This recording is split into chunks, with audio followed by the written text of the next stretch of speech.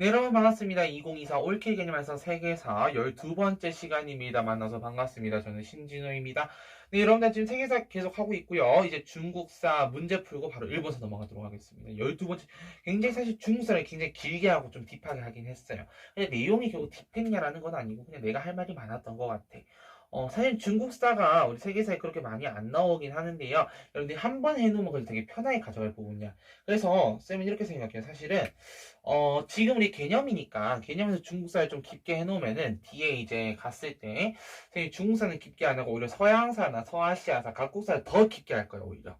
그래서 중국사는 사실 지금 말고는 깊게 할 타임이 없기 때문에 지금 여기까지 정리한다라고 생각하시면 될 것 같습니다. 무엇보다도 벌써 12번째 시간이기 때문에 사실은 여기 4주차고요. 내가 그랬잖아.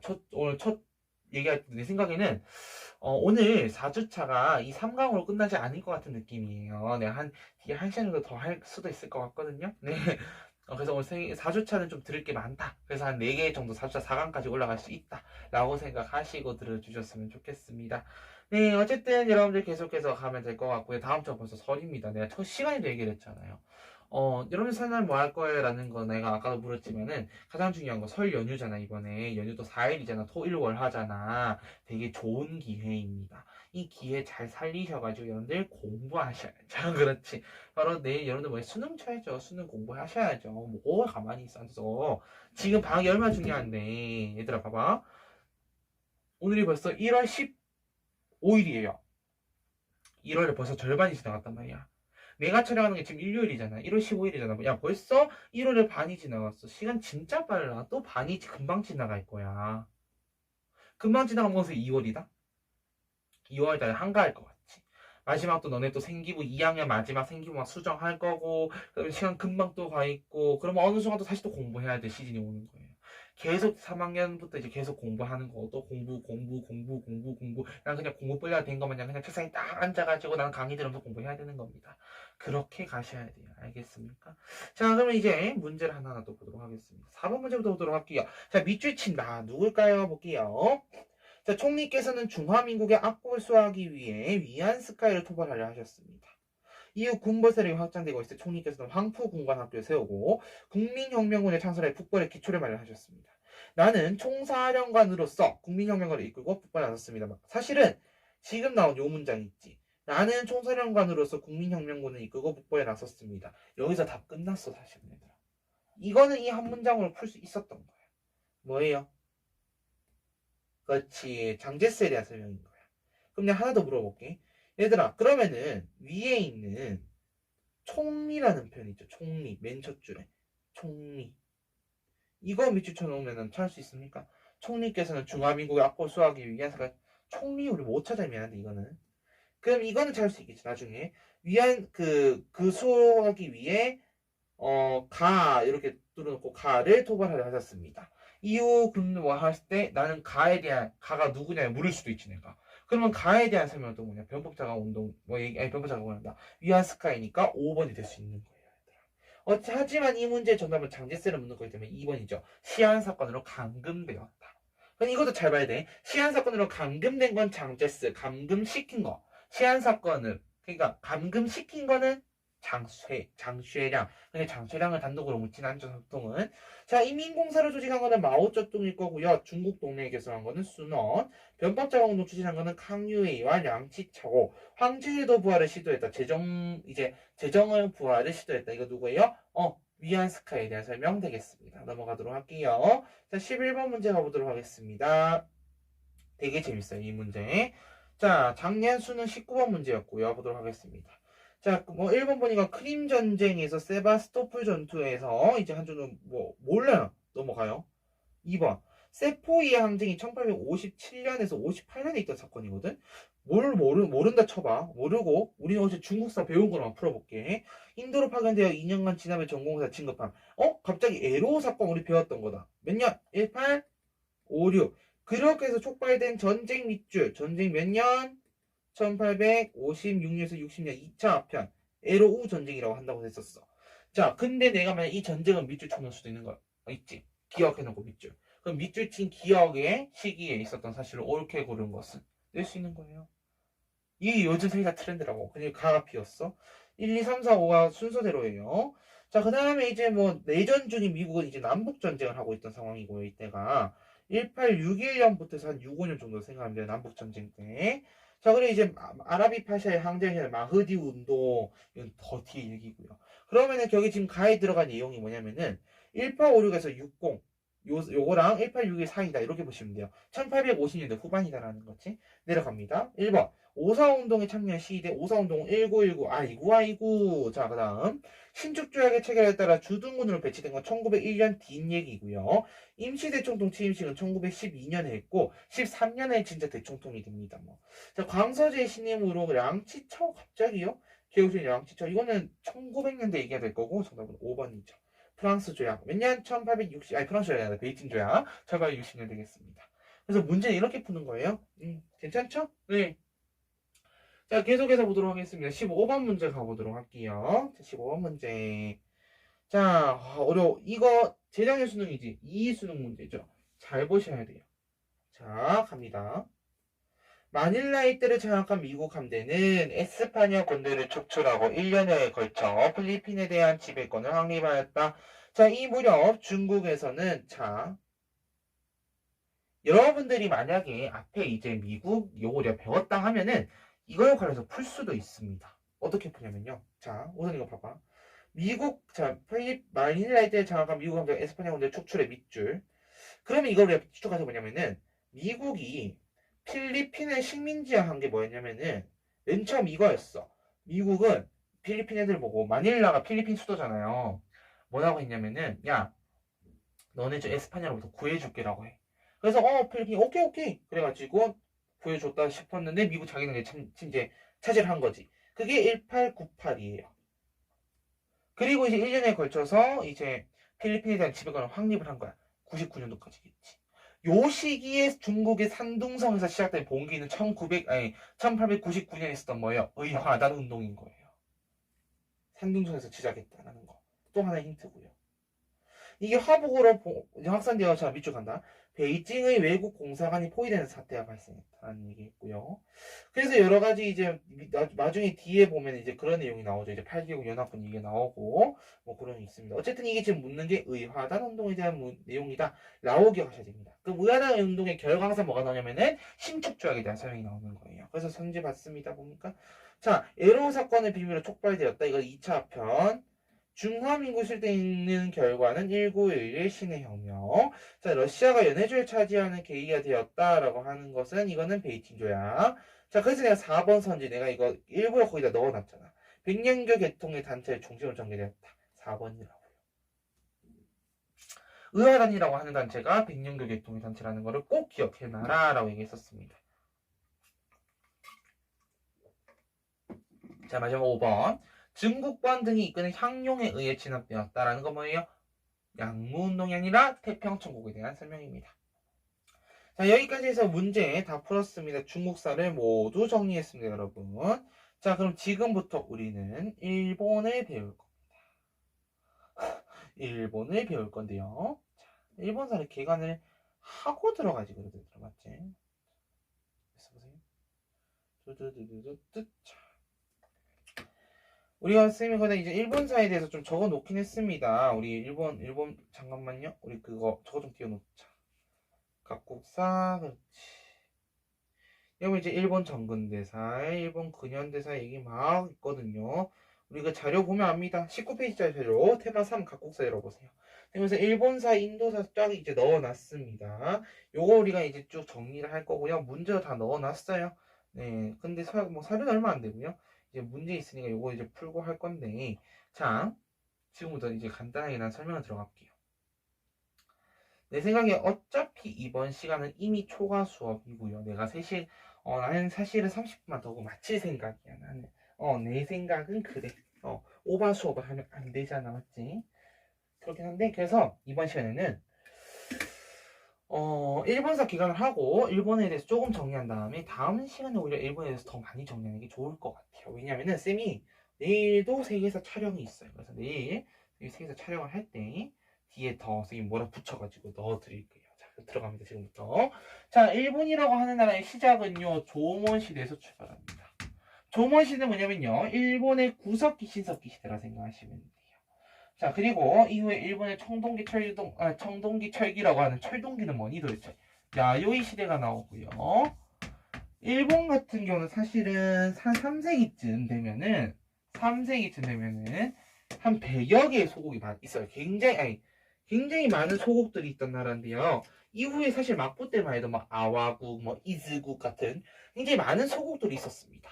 근데 여기 이제 4세기로 가게 되는 순간은 30여 개의 소국으로 줄어들면서 바로 무슨 시대? 고분 시대 또는 고훈 시대로 합니다. 이제 이렇게 여기 뭐냐 고후거든요. 고훈 시대라고 합니다. 자, 그럼 이 고분 시대는요 뭐냐? 고분 시대는 뭐냐면요 말 그대로 고분이에요. 고분. 우리가 아는 뭐 흑석동 뭐 예를 들어 뭐 있냐? 와, 갑자기 고분이 생각 안 나네. 막 안악리 3호분. 하여튼 그 고분입니다. 바로 무덤이에요. 무덤. 이게 무슨 말이냐면요. 이 4세기 때는 야마타이국을 중심으로 해가지고 일본이 성장을 하게 돼요.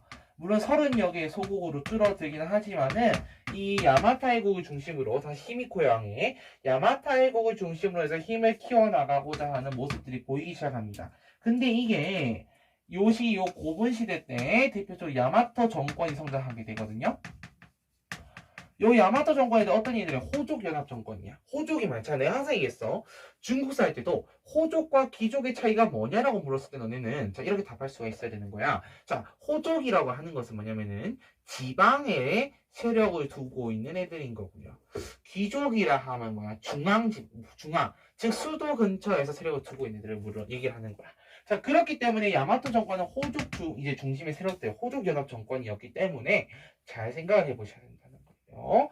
자, 계속 가보도록 하겠습니다. 어쨌든 그래서 이 고분 시대는 자신들의 무덤, 특히 돈 많은 권력가들일수록 그 무덤의 크기를 보여주는데 그 무덤 양식이 있어. 이렇게 열쇠고리 모양 생겼어. 이게 뭐냐면은 전방 후원분이라고 하는 무덤 양식인 거예요. 어쨌든 그러면서 이렇게 있었다라는 거고 이후에 아스카 시대로 이어지게 됩니다. 아스카 시대는 어떤 시대냐 하면요. 이런 시대인 거예요.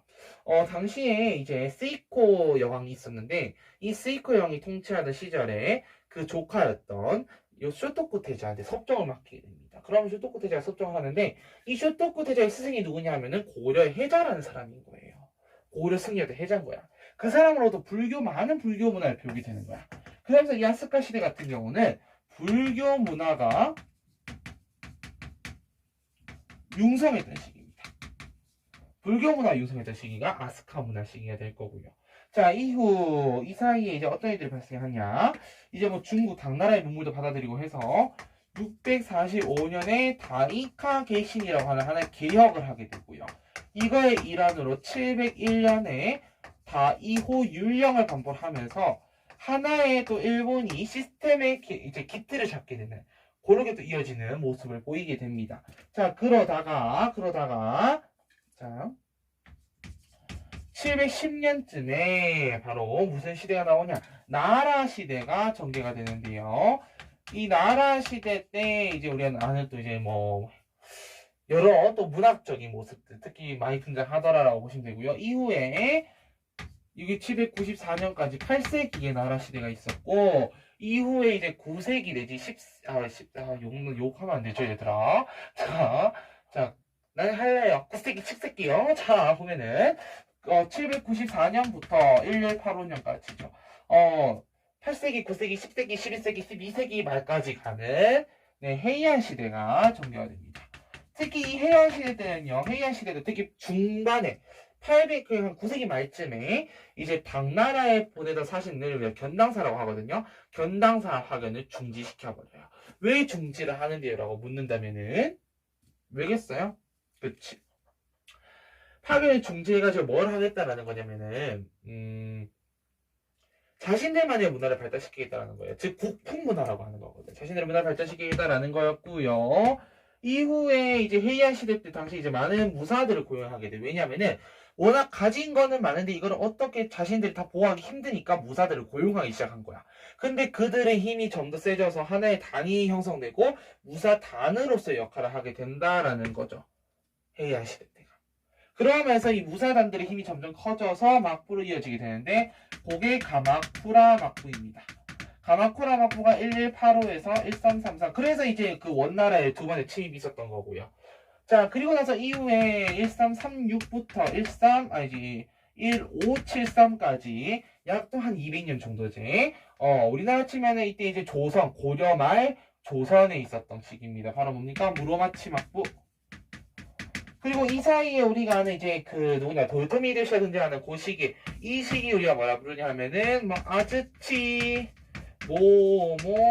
야마다 이런 시기라고 부르긴 하는데 다 필요 없고 세계사에 아예 설명조차도 안 나오는 시기야. 이 시기는 가장 중요한 건 이거야. 도요토미 히데요시가 등장해서 이들의 막부를 갖다가 잘 구슬려 가지고 자 무로마치 끝났고 이제 나름 이 다이묘들이라고 하거든. 다이묘들을 잘 구슬려서 어떻게 할까라고 이제 고민하던 시기다라고 생각하시면 되는 거예요. 근데 임진왜란이 끝나고 나서 도쿠가 이에야스, 그러니까 도요토미 히데요시의 오른팔이었지. 도쿠가 이에야스랑 도요토미 가문이 싸우게 돼서 결국 누가 이겨? 도쿠가가 이기면서 세운 막부가 에도 막부가 되는 거예요. 에도 막부가 1603부터 1868까지 가고요. 이후 뒤에 중간에 미일 하친조약이 오늘 아까 얘기했던 미일 하친조약이나 미소 통상조약이나 이런 걸 거치면서 자 결국은 메이지 유신을 거치지. 그러면서 막부에서 벗어나게 되고요. 이 메이지 유신을 통해서 다시 왕정 복고하게 됩니다. 뭐라고요? 왕정 복고. 그러니까 왕정 복고가 뭐니까 다시 왕정으로 돌아왔다는 얘기입니다. 쉽게 말하면은.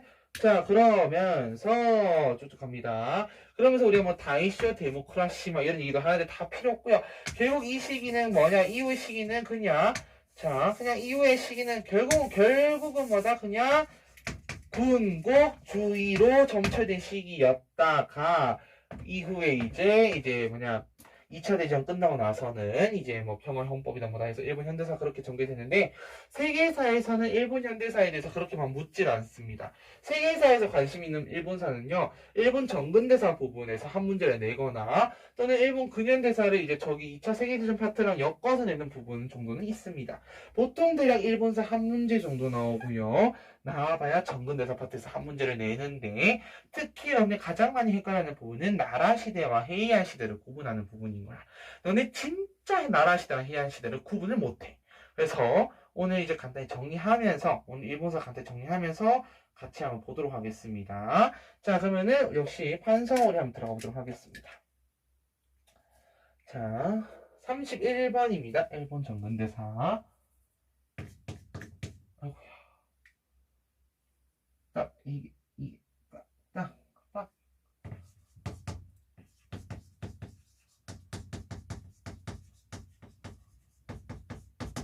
일본 정근대사입니다. 괜찮아요. 우리에게는 아직 분필이 많다고요.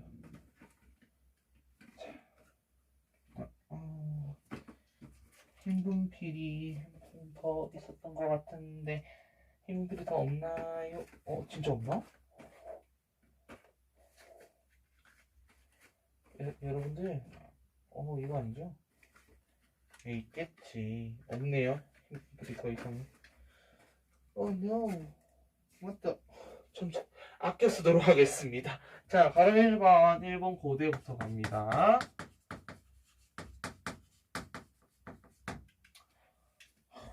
내 오늘 도대체 몇 개를 부쉈니? 한 개 부쉈는데 한 개를 부쉈는데 여러 조각으로 나뉜 것 뿐이에요. 일본 고대 첫 번째 야요 조선시대 나오죠? 조선시대.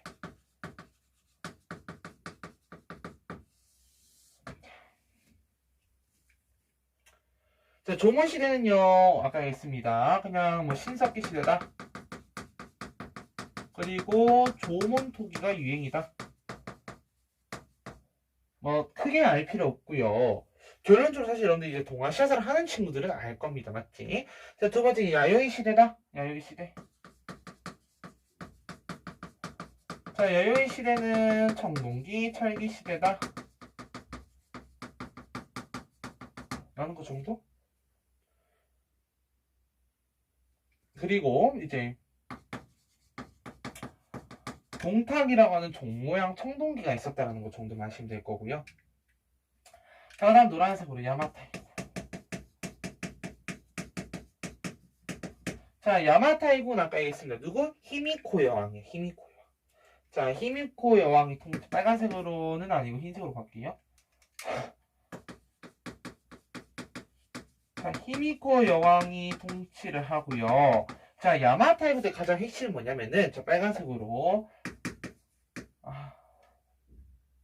이건 아니다. 자, 히미코 여왕 때가 히미코 여왕이 통치했다는 거 정도 보시면 될 것 같고, 이때가 이제 3색이다라는 거. 그리고 빨간색으로 요걸 적어볼게요. 친위외왕이라는 칭호를 받았다. 친위외왕은 칭호를 하사받았다.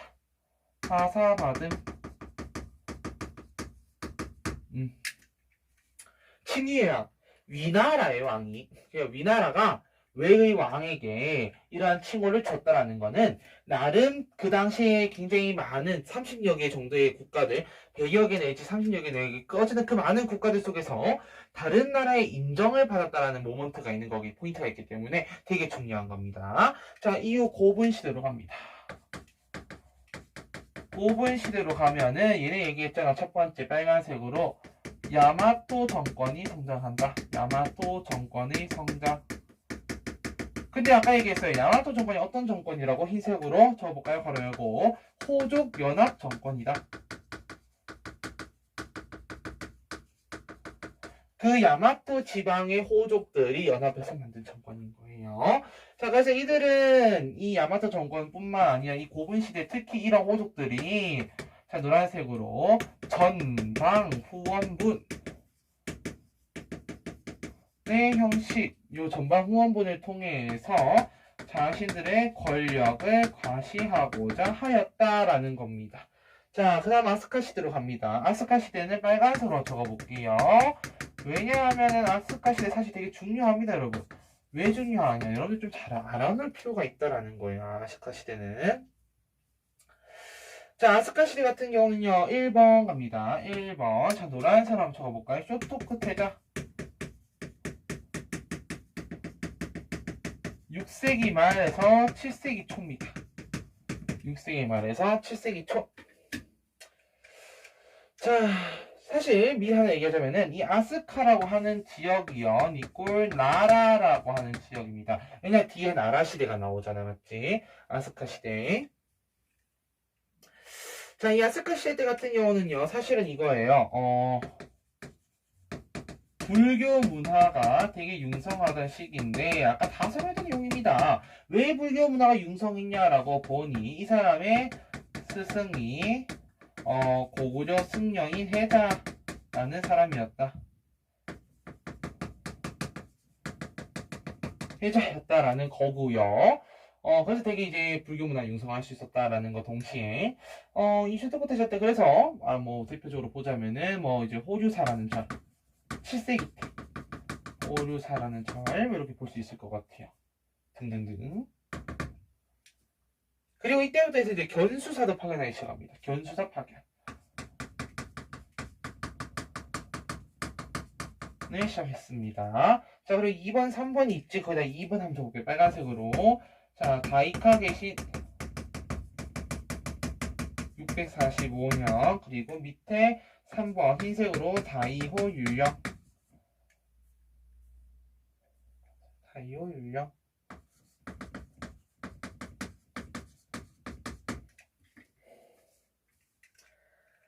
다이카 계신 쉽게 말하면은 이거예요. 이제 당나라처럼 약간 이 다이카 계신을 통해서 뭐하자 당의 율령체제를 받아들여서 자 이렇게 한번 적을게요. 당의 율령체제를 수용해서 어떻게 하고자 하는 거예요? 중앙 집권화 시키잖아요. 중앙 집권화. 그리고 통치력을 좀 더 강화시키고자 했다라는 거를 생각하시면 될 것 같아요. 그래서 이 다이어 율령에서 뭔 얘기를 하게 되냐면요. 우선 첫 번째 일본이라는 국호와 천황이라는 칭호와 그 다음에 국군리로서의 지방행정체제를 마련하게 되고요. 국군리 체제. 자, 그 다음에 각 나라의 균전제를 모방해서 하나 만든 게 있는데 노란색으로 적어볼게요. 반전수수법. 법과 같은 것들이 나오더라 라고 보시면 되겠습니다.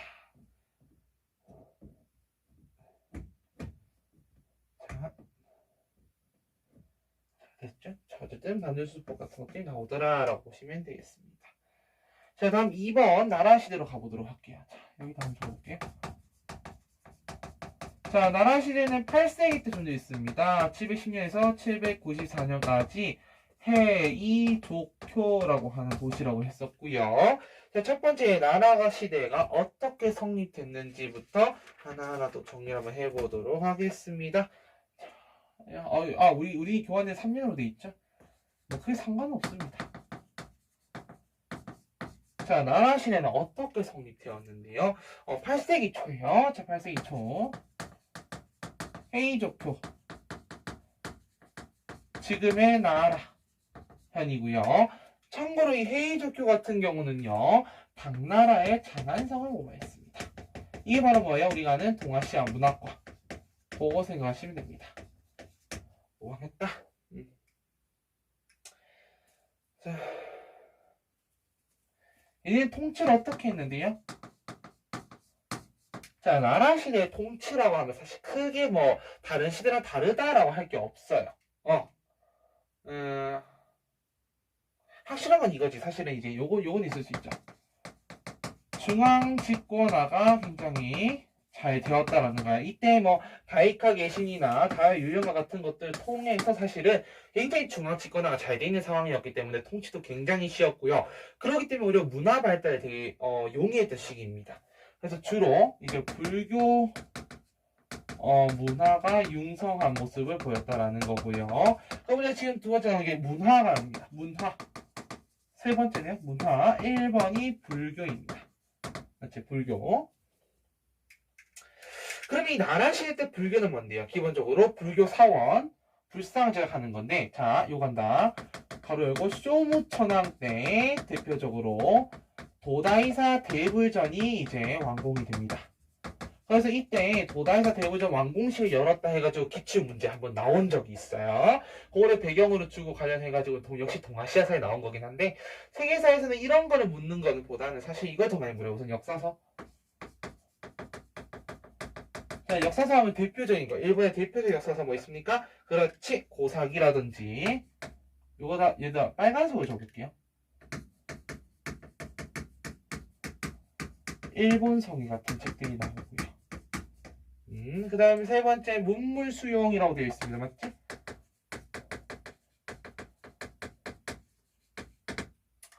문물수용. 문물수용이라고 하는 것은 사실 이거예요. 이제 견당사와 견실화사를 파견했다는 거예요.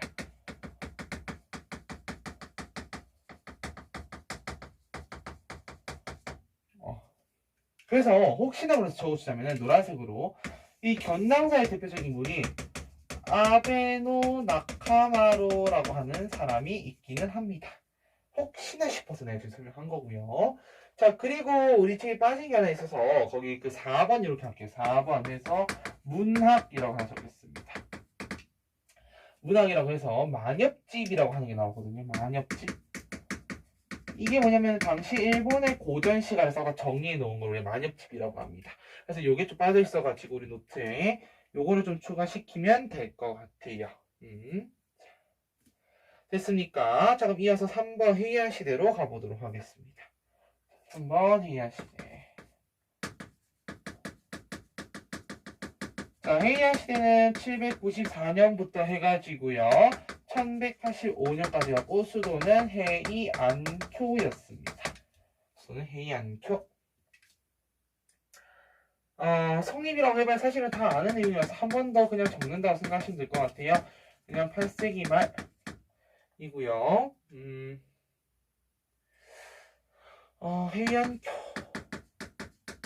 헤이안쿄는요 지금의 교토다라고 생각하시면 됩니다. 자, 그러면 이들의 정치가 어땠는데요? 1번 첫 번째, 자, 당시 헤이안 시대를 주름잡던 가문이 하나 있습니다. 그 가문이 바로 후지와라 가문인데요. 후지와라 가문. 이 후지와라 가문과 황실 사이의 결탁으로, 자, 이들의 이 후지와라 가문의 힘이 굉장히 셌습니다. 네, 그랬고요. 외교적인 방법으로 2번 중요합니다. 중요해요. 자, 견당사 파견을 종료했습니다. 1894년에. 그럼 여기서 당장 물어야 돼요. 선생님, 아니 위에서 보니까 견당사 견신하사 파견해서 막 문물수용하고 그랬잖아요. 근데 왜 견당사 파견을 중지한 겁니까? 라고 묻는다면은 왜라고 우리가 묻는다면 이건 바로 뭐예요? 자신들만의 문화를 만들기 위함이라는 거죠. 자신들 문화를 만들기 위함인 거야. 그래서 문화, 아이고야, 또 좀 삐져나왔네. 좀 지울게요, 여기.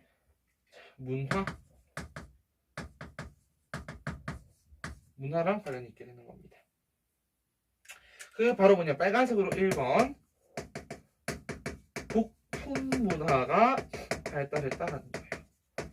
그래서 왜냐고 묻는다면 사실 나는 이렇게 이어놓을 거예요. 북풍 문화 때문이다 라고 보시면 되는 거예요. 그래서 2번 문자라고 하면요, 이때부터 자신들의 문자인 뭘 만들어요? 자, 노란색으로 가나라고 하는 것을 이제 사용하게 되고요. 가나를 사용하더라. 자, 그 다음에 3번 문학으로 갑니다. 당시 이제 대표적인 이제 단편 소설이라고 하는 저 빨간색으로 겐지 이야기라고 하는 게 있습니다. 교육청 단위에서는 몇 번 나온 적이 있습니다. 4번 불교 갑니다. 불교. 자, 불교는 주로 이제 밀교라고 하는 불교가 또 하나의 종파가 나오기 시작해요. 굉장히 이 밀교가 뭐냐면은 기도나 주술을 굉장히 중시하는 불교다라고 생각하시면 될 것 같아요. 이런 것들이 자꾸 나오더라라고 생각하시면 되겠습니다. 자, 마지막 쇠퇴 갑니다. 자, 그러면 이러한 애들이 어떻게 쇠퇴했냐라고 묻으신다면은 사실은 이거예요. 이제 지방의 내분도 있고요. 지방에서 막 나눠지는 거죠. 나눠지는 그런 것도 있고요. 자, 그 다음에 이제 무사단의 형성. 무사단이 그냥 형성만 된 게 아니라 힘도 커진 거지. 그럼 이런 좀 문제 될 거 아니야. 맞지? 문제 될 부분인 거예요. 이런 거는. 그리고 이게 무사단 형성에서 더 나가서 무사 계급으로까지 성장하게 되더라라는 겁니다. 여기까지 지금 해야 시대까지 정리를 했고요. 자, 사실은 나는 솔직히 내 생각은 이거예요. 내 생각은 사실은 이번 시간에 막부까지는 다 해야 되지, 애도 막부까지 다 해야 되지 않나 라고 생각을 합니다. 여러분 어떻게 생각하세요? 조금만 더 할게요. 자, 이렇게 해서 해야 시대 마무리되는 것 같습니다. 해야 시대가 이런 무사단의 형성으로 무사 계급의 형성까지 넘어가게 되잖아요. 자, 그러면서 어때? 무사 계급까지 갔으니까 이런 무사들이 이제 정권을 잡게 되는 그런 한 모습들을 우리가 또 볼 수 있게 됩니다. 자, 그래서 가보도록 할게요. 거기 지금 몇 번이니? 괄호 4번 가보도록 하겠습니다.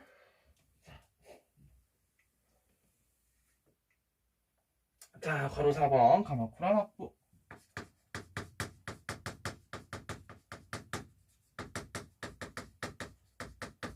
1185부터 1333까지 가마쿠라 지역에 있었습니다.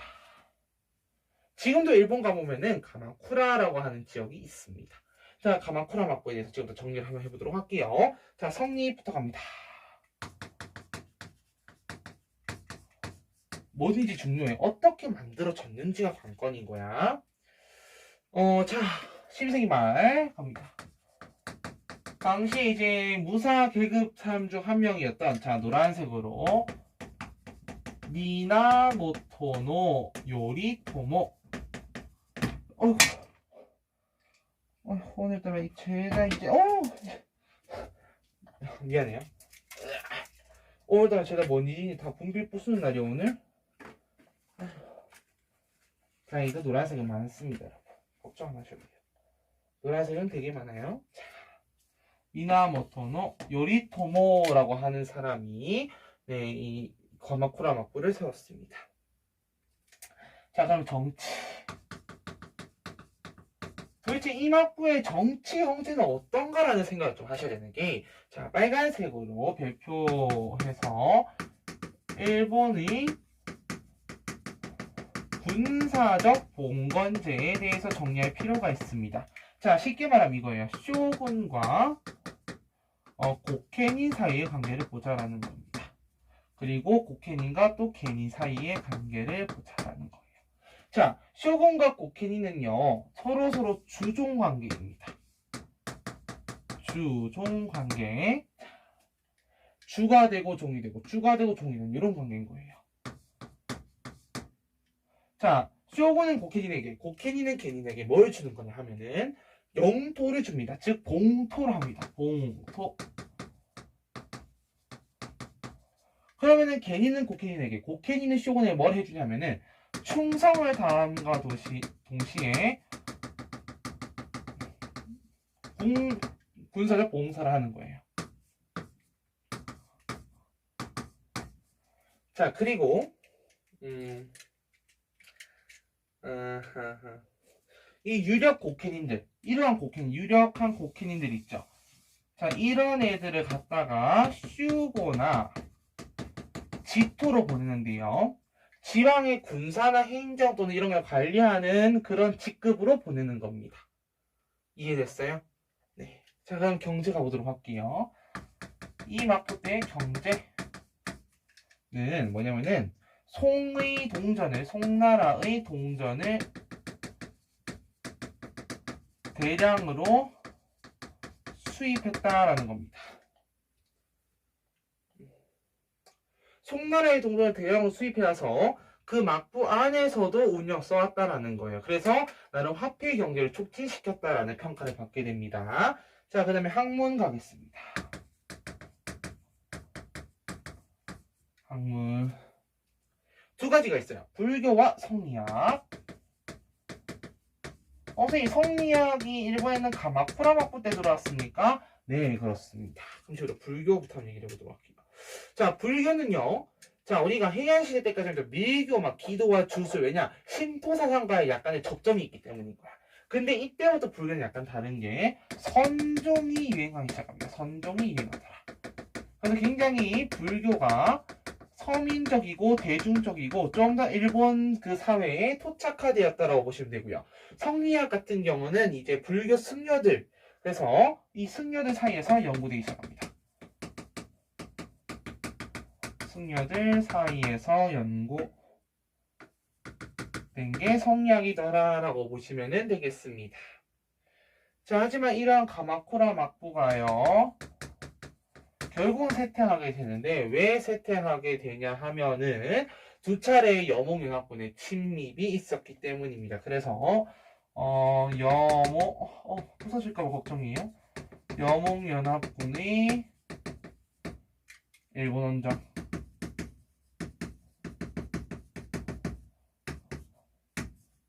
1274, 1281 두 차례 있었습니다.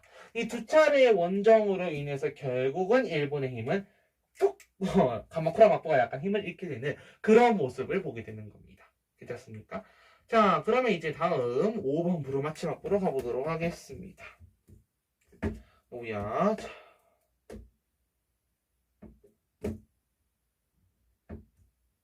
한번 가보도록 할까요? 5번을 밑에 쓸까요? 나 에도 막부를 다음 시간에 할까 싶거든요.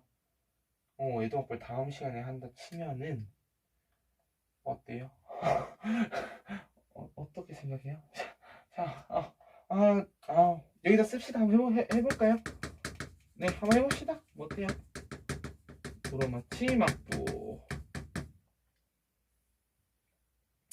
1336년에서 1573년까지 무로마치라는 지역이고요.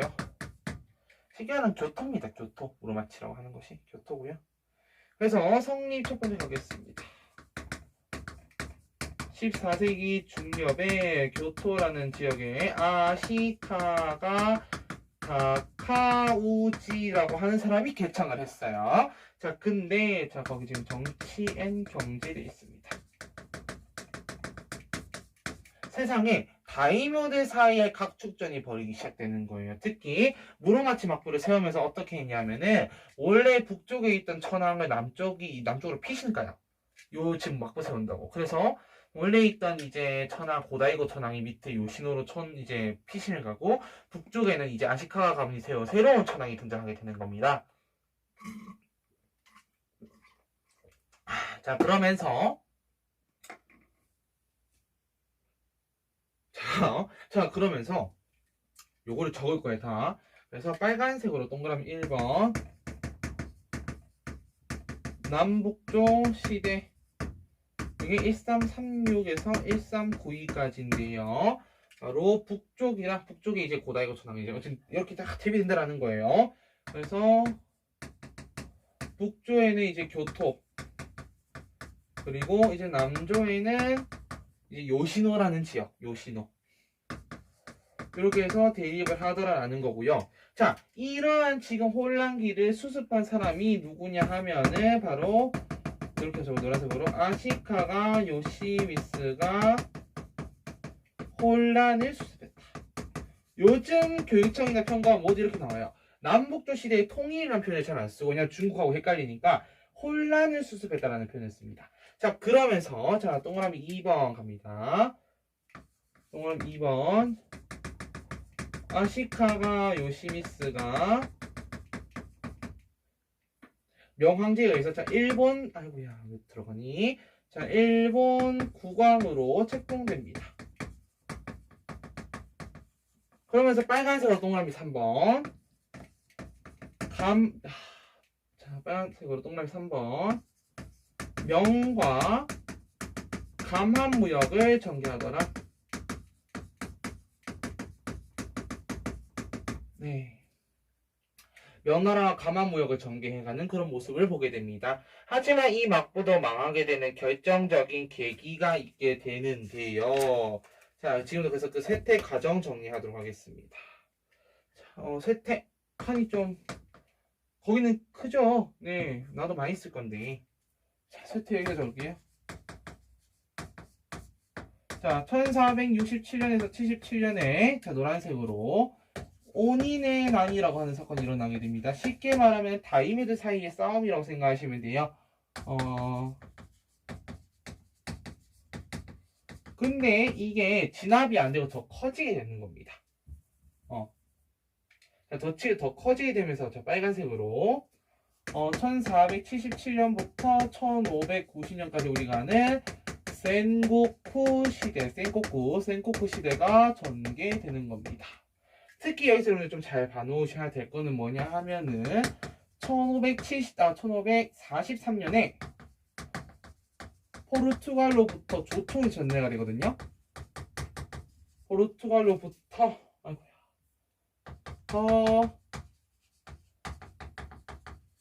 조총이 조총 아니야. 그거 아니고요. 미안해요.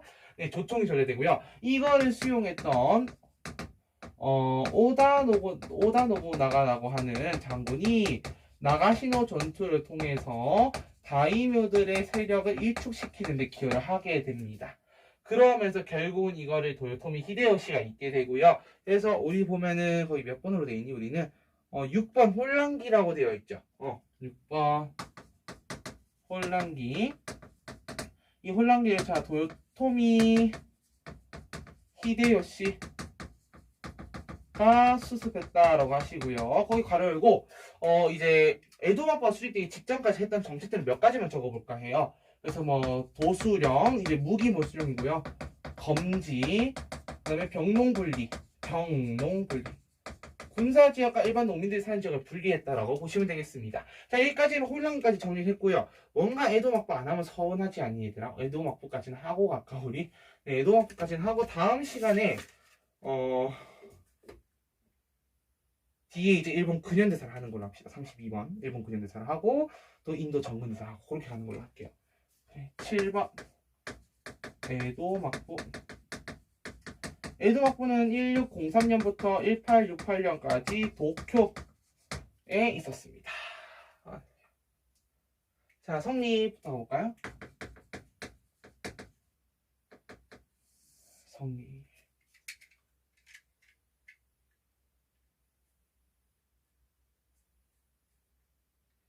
자, 에도 막부는요.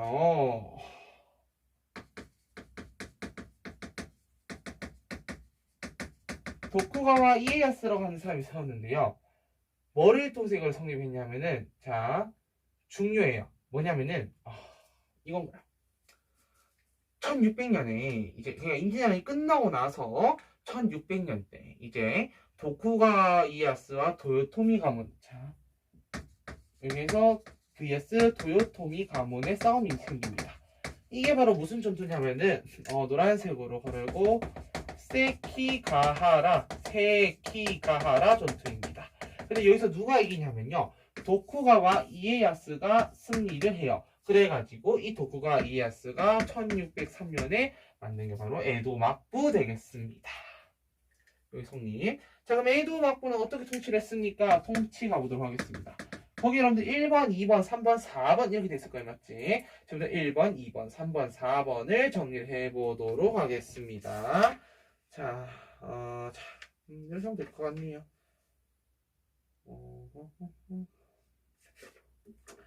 자, 보도록 하겠습니다. 자, 첫 번째 통치. 자, 1번 갑니다. 빨간색으로 1번 막번 체제. 막번 체제가 뭐냐면요. 막부 플러스 번이에요.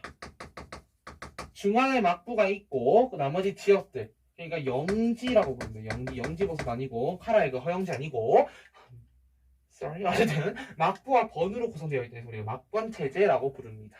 그래서 막번 체제로 구성이 되어 있었고요. 두 번째는 노란색으로 2번 산킨 코타이 제도. 산킨 코타이 제. 얘는 뭐냐면 딴 거 다 없고 얘는 이거예요. 핵심. 얘가 뭐냐? 다이묘를 통제하겠다라는 거야. 다이묘를 통제하겠다. 고소버나도라는 그림인가요? 네. 그럴 거예요. 자, 이게 상킨 코타이제가 뭐냐면은 되게 재밌어. 다이묘들, 지방에 살자 있는 다이묘들이 영지를 받아가지고 번에 사는데 자기 와이프랑 처자식은 수도에 인질로 잡아놓고 1년마다 내가 왔다 갔다 해야 돼. 그때 드는 돈이 얼마나 많이 나가겠니? 그래서 여러분들 요걸 한번 볼게요. 당시 이런 상킨 코타이제를 규정해 놓은 법령이 있습니다. 빨간색으로 꺽쇠 무가 제법도 어이자야 무가 제법도라고 하는 거고 1635년이었습니다. 자, 세 번째는요. 병농분리령입니다. 병농분리령. 그래서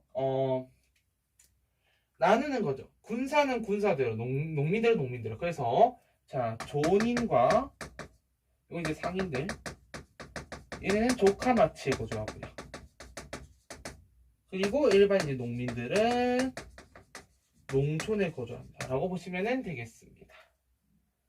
그럼 자연스럽게 이제 이 존인들이 굉장히 이제 많이 형성이 되고요. 그래서 이 존인층들의 존인 문화라고 하는 것이 또 유행하게 되는 그런 모습까지 이어집니다. 그래서 빨간색으로 4번 쇄국정책.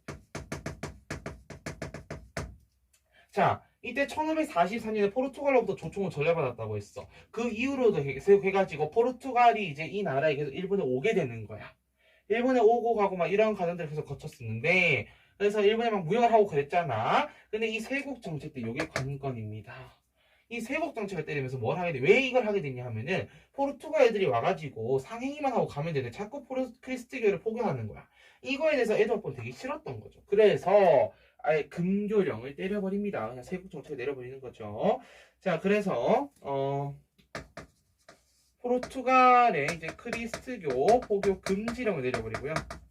포교 금지를 해버리고 아예 어떻게 하냐면은 여기 원래는 이제 포르투갈 애들한테 주려고 했던 인공섬 대지마가 있습니다. 그래서 이 인공섬인 대지마를 갖다가 네덜란드 상인들한테 넘겨줘요. 대지마를 자 대지마까지 노란색으로 대지마를 네덜란드 상간 설치할 수 있도록 대지마에 라고 하겠습니다. 대지마에 네덜란드 상간을 설치하게 되더라 라는 겁니다. 특히 이 금교령에 대해서 하나 얘기하자면은 이때 이제 금교령이 1612년이었다. 이렇게 보시면 되겠습니다.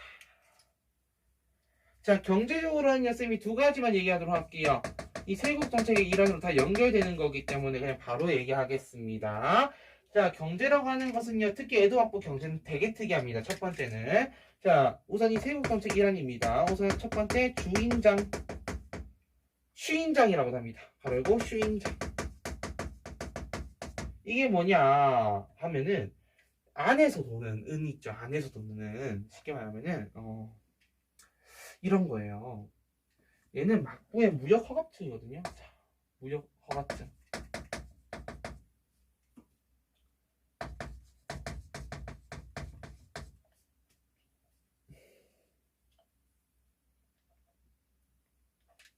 쉽게 말하면 이거예요. 동남아시아로 진출할 수 있도록 막부에서 무역 허가증을 만들어주는 건 거야. 근데 이거를 언제 중단하냐 하면은 1635년에 발급을 금지시켜요. 참고로 이게 동아시아사에선 되게 중요하게 나오는 거야. 어쨌든. 자, 그럼 2번 신패.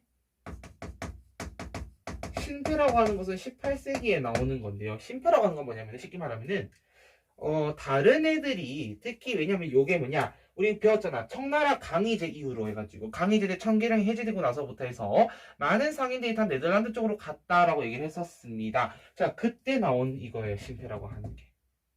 알겠지? 응. 그래서 이 신패라고 하는 게 등장하더라라는 것 정도만 두 개만 기억하시면 되겠습니다. 그래서 그래서 신패의 주 목적은 뭐였냐면은 이제 은유출 방지에 사실은 그리고 은유출 방지 나와보시면 되겠습니다. 자, 다음 사회 갑니다. 사회는요, 딴 거 다 필요 없고 그냥 이것만 알아주시면 될 것 같아요. 존인층의 성장, 존인층의 성장과 콤마 동업조합이었던 가부나카마라고 하는 게 있습니다. 가부나카마 요게 뭐가 돼요? 조직되었다라는 거 정도 정리하시면 될 것 같고요. 자, 그 다음에 문화가 우리 4개 있습니다. 맞죠? 문화가 4줄 적혀 있는데 난 이걸 다 쓰고 싶은데 밑에 칸이 없어서 왼쪽 지우고 들어가겠습니다.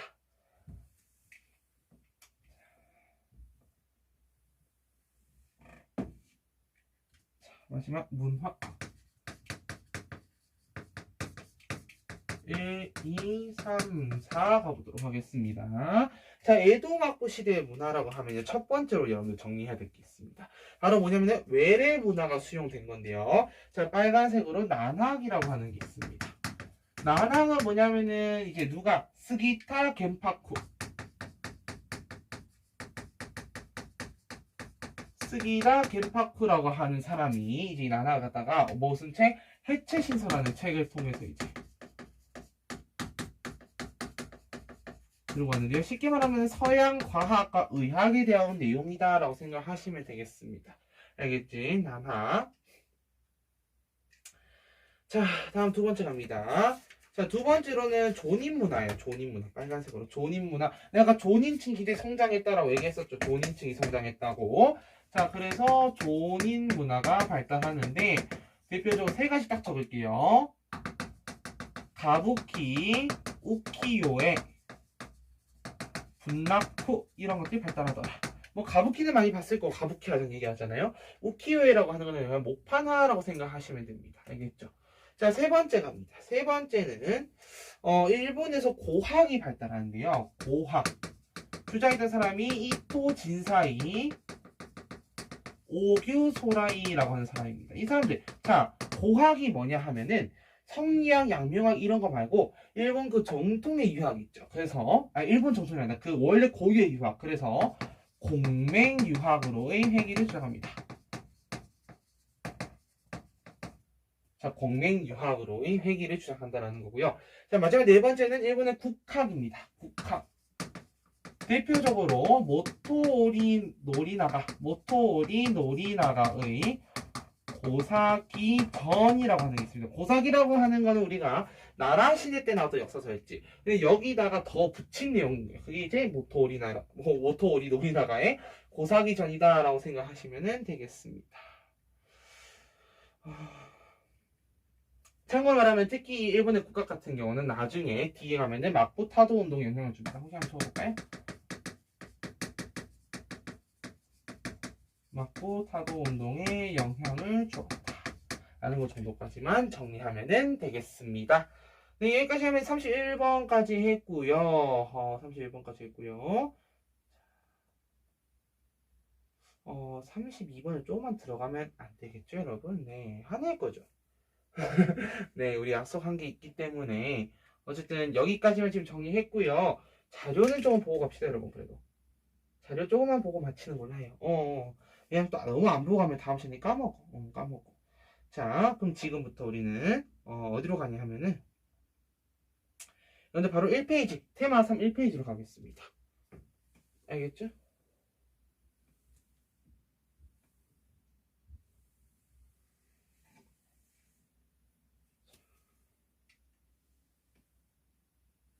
좀 지울게요.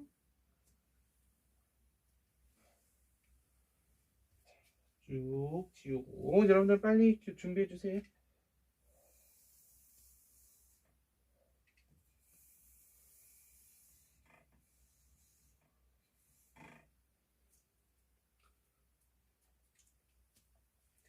자, 준비했으면은 일본 정근대사 파트 요거 001 요거만 딱 보고 마치도록 하겠습니다.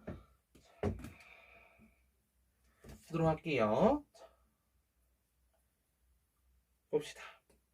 자, 각국사, 일본사, 인도사 정리했습니다. 일본사 보도록 하겠습니다. 자, 첫 번째 볼게요. 조몬 시대는요, 우리 신석기 문화라고 얘기했습니다. 신석기 문화. 조몬 토기가 간섭이 사용했고 농경 시작되었다. 자, 두 번째 조몬 시대입니다. 조몬 시대는 대륙과 한반도에서 벼농사 금속기가 전파되었고요. 여러 소국의 성립이 되었습니다. 이후 3세기경 30여 개의 소국의 연합체가 형성되었다라고 얘기했습니다. 자, 그 다음에 무슨 정권? 야마토 정권입니다. 자, 야마토 정권은 4세기경 성립되었고요. 중국과 한반도에서 유학과 불교 등을 수용했습니다. 6세기 말 7세기 초에는 쇼토코 태자가 중앙집권 체제에 강화했고요. 자, 불교 진흥책을 실시했는데 무슨 문화가 발달하더라? 그렇지, 아스카 문화가 발달하더라 라고 얘기했었습니다. 자, 600년부터는 견수사를 파견했는데요. 이게 나중에 견당사로 이어지게 됩니다. 자, 645년에는 다이카 개신 이라고 해서 당의 유령체제 도입을 통해서 국왕 중심의 통치체제 수립을 위한 개혁을 단행했다라고 했습니다. 그리고 7세기 말이 되면요, 일본이라는 국호랑 천황이라는 칭호를 사용하더라라고 보시면 되겠습니다. 자, 그 다음에요, 이후에는요, 나라 시대입니다. 8세기 초에 나라 지역에서 헤이조교를 건설했고요. 특히 견당사 견신에서 파견하면서 유령체를 확립시켰다라고 얘기했었습니다. 자, 불교 융성했는데요, 도다이사 대불전 등 불상 시작했다라는 거고요. 자, 고사기, 일본서기, 만엽집 등을 편찬했다라고 보시면 되겠습니다. 자, 이후에 헤이안 시대에는요, 8세기 말에 헤이안교로 촌도하고요. 귀족과 호족이 장원을 확대했고, 지방에서는 무사 계층이 성장했습니다. 애초에 장원을 확대라는 것 자체가 무슨 말이냐면은 자신들이 갖고 있는 땅덩이를 넓혔다라고 생각하시면 돼요. 자, 그래서 9세기 말에 견당사 파견 중지했고, 국풍문화 발달했고요. 고유 문자인 가나를 사용했고, 자, 뭐냐면 와카라고 하는 게 있어요. 와카. 쉽게 말하면 뭐 잡금, 뭐 시다, 뭐 시, 일본 시라고 생각하시면 됩니다. 와카가 유행했다. 그래서 주택 및 관복 등에서 일본 특색이 등장하더라 라고 보시면 되겠고요. 위에 잠깐 자료를 보자면은 위에 자료를 먼저 보고 들어갈게요. 뒤에 내용도 있으니까 뒤에 한 페이지 있거든요. Q4까지 있기 때문에 앞에 자료를 보고 가겠습니다. 자, 막부의 지배체제 보입니까? 쇼군이 있고요. 요게 지금 가마쿠라 막부 때부터제 중앙과 전국 넣습니다. 전국에는 이제 지토, 슈고와 지토를 다이면을 중에서 보냈고요.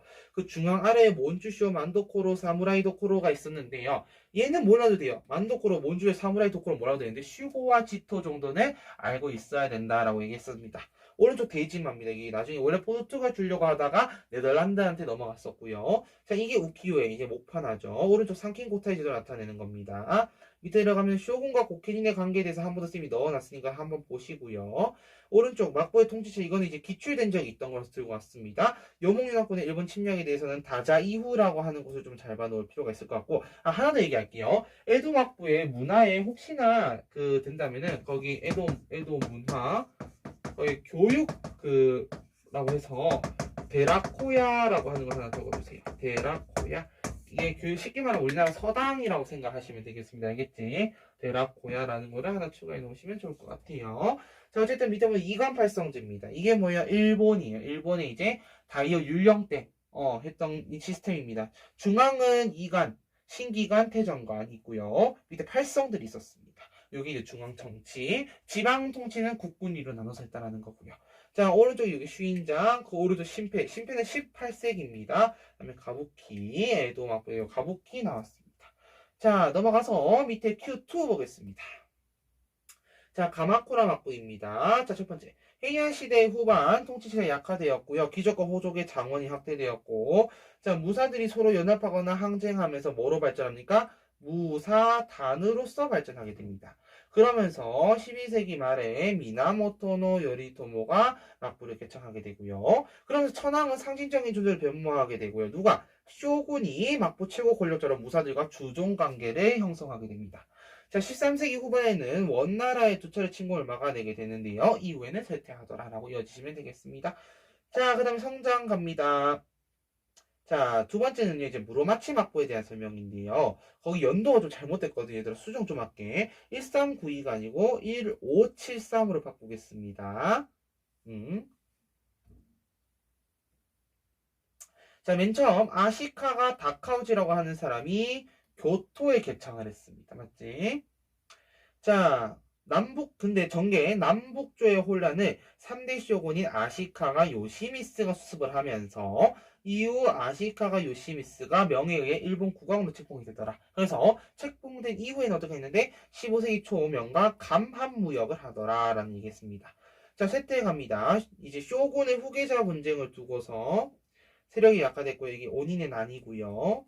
결국은 이것 때문에 다이묘들끼리 막 싸우기 시작했다라는 거죠. 그러면서 센고쿠 시대가 시작되더라. 그래서 오다 노부나가가 나가시노 전투 157호였지 승리하면서 이축되는 경향을 보이게 되더라라고 했고요. 막부가 붕괴되면서 도요토미 히데요시가 센고쿠 시대를 통일했다라고 얘기했었습니다. 자, 특히 도요토미 히데요시의 집권 관련해서 내용을 좀 더 적어보자면 여러분들 그거 우리 요거 한번 적어볼까요? 아까 쌤이 필기노트에 적어놨던 검지 땅을 이제 검사하는 거고요. 도수령 무기 몰수합니다. 세 번째 뭐 있었어요? 그렇지. 병농분리. 이렇게 세 가지 정도 적어주세요. 자, 다음 밑에 일본의 에도 막부에 대해 정리해 봅시다. 라고 나와 있어서 한번 정리해 보겠습니다. 자, 누가? 도쿠가와 이에야스가 에도, 즉 도쿄의 막부를 개창하더라. 라고 나는 겁니다. 그래서 거기 보면 무엇을 뭐 확립했다. 그리고 엄격한 신분제 뭐 이렇게 나와 있습니다. 자, 이거는 막번 체제인지 갑자기 내가 좀 헷갈려서 잠시만요. 막번 체제라고 해도 틀린 말은 아니야. 틀린 말은 아닌데 딱 정확한 말이 있는 것 같아가지고 내가 지금 뭔가 정확한 말이 분명히 있는데 잠시만 있어보세요. 금방 안 걸려요. 자, 보겠습니다. 막번 체제 맞네요. 오, 역시 막번 체제 확립되었습니다. 누가? 자, 쇼군이 지방 중앙과 치카지를 지배하고요. 지방에 있는 다이묘들이 쇼군에게 충성하는 대가로 영지, 즉 번의 지배권을 인정받는 그런. 그래서 일본의 군사적 봉건제 주정관계다라고 얘기했었습니다. 자, 특히 산킨 고타이제라는 걸 실시했는데 다이묘들을 통제하기 위한 수단으로서 사용되었다라는 거였고요. 자, 엄격한 신분제 실시라고 하는 거는 이제 병농을 분리했다. 라는 거 보시면 되겠습니다. 그래서 무사 상공업자 농민의 직업과 신분 이동이 금지되었다라는 거고요. 무사와 상공업자가 거주하는 뭐 조카마치. 다시 한번 써볼까요? 조카마치. 요 조카마치가 굉장히 성장하더라라는 거예요. 존인층들. 자, 그래서 밑에 갑니다. 대외 정책 갑니다. 해외로 진출하는 일본 상인에게 무엇을 발급합니까? 슈인장, 다른 말로 주인장을 발급했다. 무역 통제에 강화했다라는 거고요. 17세기 전반에 세국 정책을 실시하면서 크리스트교 포교를 금지했다. 언제? 1612년에 사무역도 통제시켰다라는 거고요. 서양 상인 중에 유일하게만 네덜란드 상인에게 나가사키를 개방하여 나가사키였습니다. 뭐 허용했는데요. 그게 바로 인공섬이 데지마. 그게 나가사키에 있었다라고 생각하시면 되겠습니다. 자, 중국 조선과 여전히 교육했다라는 거고요. 자, 경제발전 갑니다. 농업 발달, 상품 작물 재배 증가, 도로망 정비로 소모성을 블라블라 했대요. 특히 존인층, 상인 수공업자를 일컫는 말인 존인층이 성장했다라는 거고요. 도시 상공업자들의 동업조합, 뭔가 가부나카마가 조직되더라라는 겁니다. 자, 다음 문화, 서민 문화가 아닌 존인 문화가 발달하는데요. 첫 번째, 노래, 춤 등이 어우러진 연극, 이거 뭐야? 가부키고요. 인물 풍속 등을 소재로 한 다생 목판화를 우키요에라고 합니다. 자, 다음 서양 지식 수용 가겠습니다. 자, 네덜란드인을 통해 의학, 천문학 등을 전래했고요. 자, 스기타, 겐파쿠, 뭐예요? 이거 해체 신서입니다. 해체 신서. 요거를 통해서 뭐가 발달하더라? 그렇지. 뭐가? 그렇지. 난학. 네덜란드로부터 받아들였다 해서 우리가 난학이라 부르기도 합니다. 자, 넘어갈게요. 자, 지금도 용어 채우는 거 있습니다. 후뚜루마뚜루 빨리 용어 채워보세요. 멈추고 용어로 그냥 후두둑 채울 수 있으면은, 네, 여러분들이 이번 일본 정근대사 파트는 되게 열심히 잘 공부했다라고 볼 수 있을 것 같습니다. 자, 보도록 하겠습니다. 첫 번째. 자, 일본에서는 7세기 무렵 중국에서 유학하고 돌아온 이들 중심으로 국정서의 신요구가 제기되고 있었다. 이 사건은 이런 상황에서 자, 이때 이 정변이 뭐냐면요. 한번 적어볼래요? 645년에 을사의 변이라고 하는 사건이 있습니다. 요건 사실 동아시아사에서 좀 더 내는 내용들이라서 세계사에서는 패스하도록 할게요. 자, 권력을 잡은 세력이 중앙집권체제 수립을 위해 추진한 일련의 개혁을 말한다. 지방행정조직 확리, 새로운 조세제도 실행 등의 정책이 추진되었다. 이게 다이카 개신을 이제 말하는 내용이고요. 두 번째 갑니다. 배를 타고 해외로 나가 무역할 수 있도록 허가한 증서로 문서에 붉은색 인장이 찍혀 있었다. 이거 뭐예요? 슈인장 또는 주인장. 그래서 붉은 인, 도장 인자. 그래서 주인장 이렇게 하는 겁니다. 자, 세 번째. 다이카 개신 이후 발표된 토지법 끝. 이게 뭐냐면 반전수수법이라고 하는 거고요. 6살 이상 남자에게 반전을 지급하고 토지를 준 대가로 세금을 받도록 한 제도를 의미한다고 했습니다. 계속 가겠습니다. 자, 아시카가 다카오지의 무로마치 막부로 인정하지 않은 고다이거 천황이 남쪽으로 내려가 자리를 잡았고 북쪽의 무로마치 막부가 새로운 천황을 옹립하여 전개된 시기를 일컫는 용어 남북조라고 합니다. 남북조. 자, 다음 갑니다. 무로마치 시대에 일본과 명사에 이루어진 조공무역을 일컫는 말 끝. 뭐예요? 가마무역입니다. 감압부라고 하는 자체가 무역 허가증이었어요. 명나라의 무역 허가증. 명나라가 이 무역 허가증 감압을 내줘야만 상대 국가 무역을 할 수 있는데 다만 조공무역에 한해서 오케이를 했다라는 거였습니다. 알겠지? 자, 무로마치 시대의 쇼군은 후기점들에 둘러서 교토를 내란이래요. 이 난의 계기로 쇼군의 권력이 약화되고 다이묘가 독자 세력화와 센고쿠 시대가 전개되었다. 이게 오닌의 난이라고 하는 사건입니다. 오닌의 난. 자, 다음 오다 노부나가가 이끈 연합군이 조총을 이용하여 다케다 가스요리의 기마부대를 격파한 전투. 이 전투를 통해 센고쿠 시대가 하나의 세력으로 일축되는 경향을 보이게 되었다. 나가시노 전투에 대한 설명이고요. 다음 갑니다. 자, 일본에서 정우시대 이래로 영주의 거점이 성의 중심으로 형성된 도시를 일컫는 말이다. 성의 방위시설이자 행정도시, 상업도시 역할을 했다. 이게 뭐예요? 조카마치. 자, 다음 갑니다. 빨리 끝내고 우리 빨리빨리 합시다. 자, 에도막부에서 무가제법도를 제정하여 다이묘를 통제하는 데 있어서 활용된 제도이다. 이 제도는 다이묘의 경제력을 약화시키고자 하였으며 이를 위해 다이묘의 가족을 에도에 머무르게 하였고 다이묘는 1년 주기로 자신의 영지와 에도에 생활하도록 했던 제도 산킨코타이 제도입니다. 산킨코타이 제도. 다음 가겠습니다. 에도막부가 초기 포르투갈인을 수용하기 위해 나가사키 개 아니고 에 건설한 인공섬 끝. 뭐예요? 대지마죠. 대지마. 어머나 대지마. 근데 쭉 보면요. 하지만 에도막부는 프란시스코 하비에르의 그리스도의 포교 등 성교 문제를 이유로 포르투갈인을 추방하고 네덜란드인의 상관은 이곳으로 옮겼다. 나가사키에 있는 곳이라 했습니다. 네, 여기까지 해서 일본 정근대사까지 해서 마쳤습니다. 다음 주 5주차 쓰면 한강 더 찍으려고 그냥 안 찍어도 될 것 같아요. 자, 다음 주 5주차에는요. 일본 근현대사랑 인도사 정리하도록 하겠습니다. 네, 어쨌든 여러분 정말 수고 많으셨습니다. 우리는 그러면 다음 주 5주차에 만나보도록 할게요. 네, 그러면은 복습 철저히 하시고요. 우리는 답해 보도록 할게요. 안녕.